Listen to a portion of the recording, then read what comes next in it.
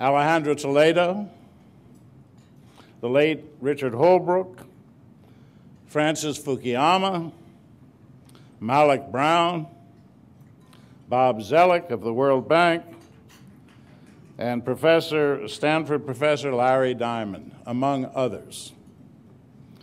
We hope you've enjoyed and benefited from these talks and will be motivated to attend those in the future. And I'd like you now to mark your calendars, because on December 1, we will present a lecture by Hussein Haqqani, the Pakistani ambassador to the U.S., who will address the New York Democracy Forum at the Asia Society.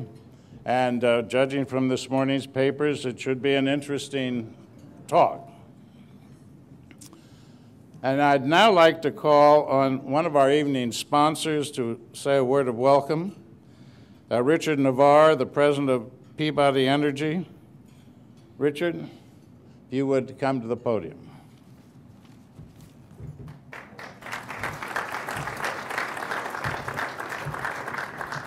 Well, thanks, Bob, and good evening, everyone. And it's an honor to be here this evening with His Excellency, the President of Mongolia, President Elbegdorj, and other distinguished guests that are here this evening.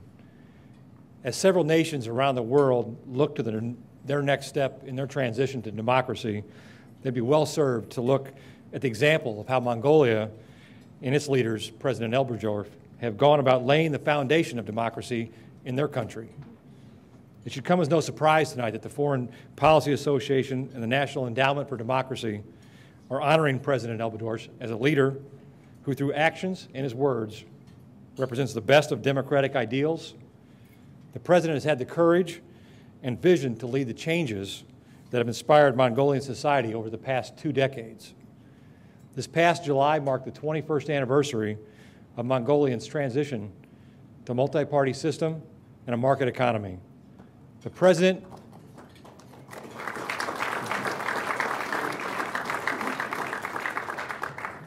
and many of the people that are traveling with him today have been at the forefront of this transformation since the very beginning 21 years ago.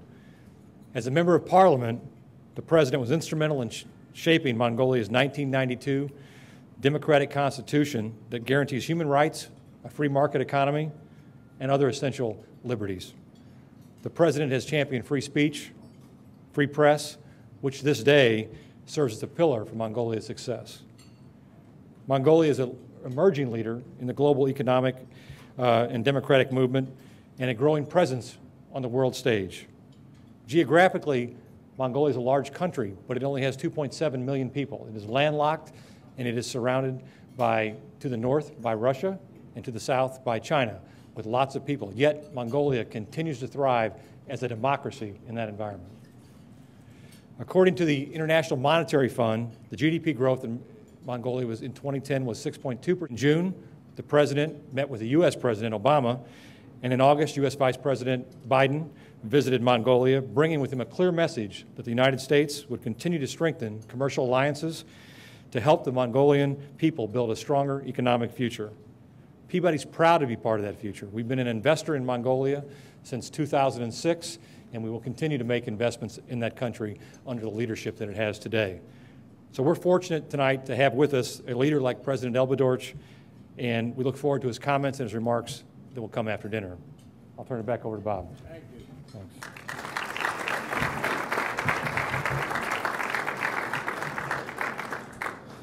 I would also like to call on one of our other sponsors, Kay Priestley, who's the Chief Financial Officer of Rio Tinto Copper, for a few welcoming remarks.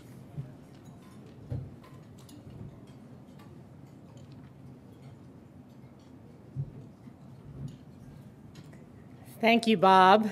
Mr. President, distinguished guests and friends, it's a pleasure and an honor to be here this evening to recognize a great leader and champion of democracy, the President of Mongolia, His Excellency, Tsakhiagiin Elbegdorj. As a longtime investor in Mongolia, Rio Tinto is working with President Elbegdorj and the government he represents to transform a copper deposit called Oyu Tolgoi into one of the world's major sources of copper and gold. This transformation is symbolic of Mongolia's metamorphosis from a closed, planned economy to an open, thriving democracy.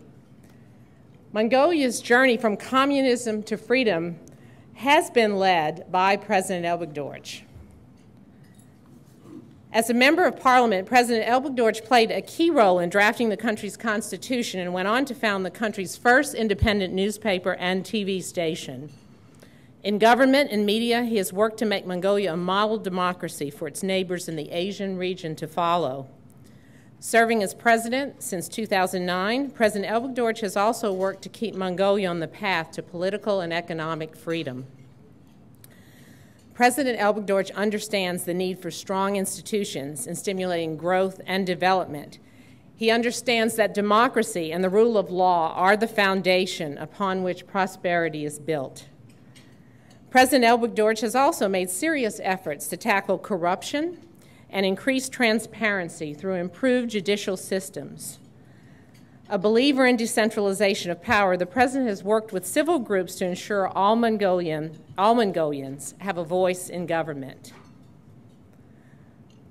One of the most exciting fruits of President Elbegdorj's tireless efforts over so many years is that Mongolia is now poised to join the world community of major mining countries.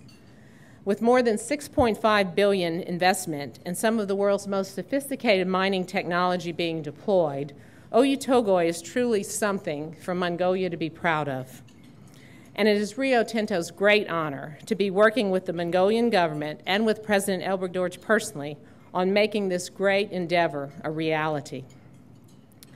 President Elbegdorj understands that the Oyu Tolgoi mine doesn't just create metals. It creates opportunities in the form of more than 10,000 jobs for Mongolians and meaningful support for local businesses and infrastructure.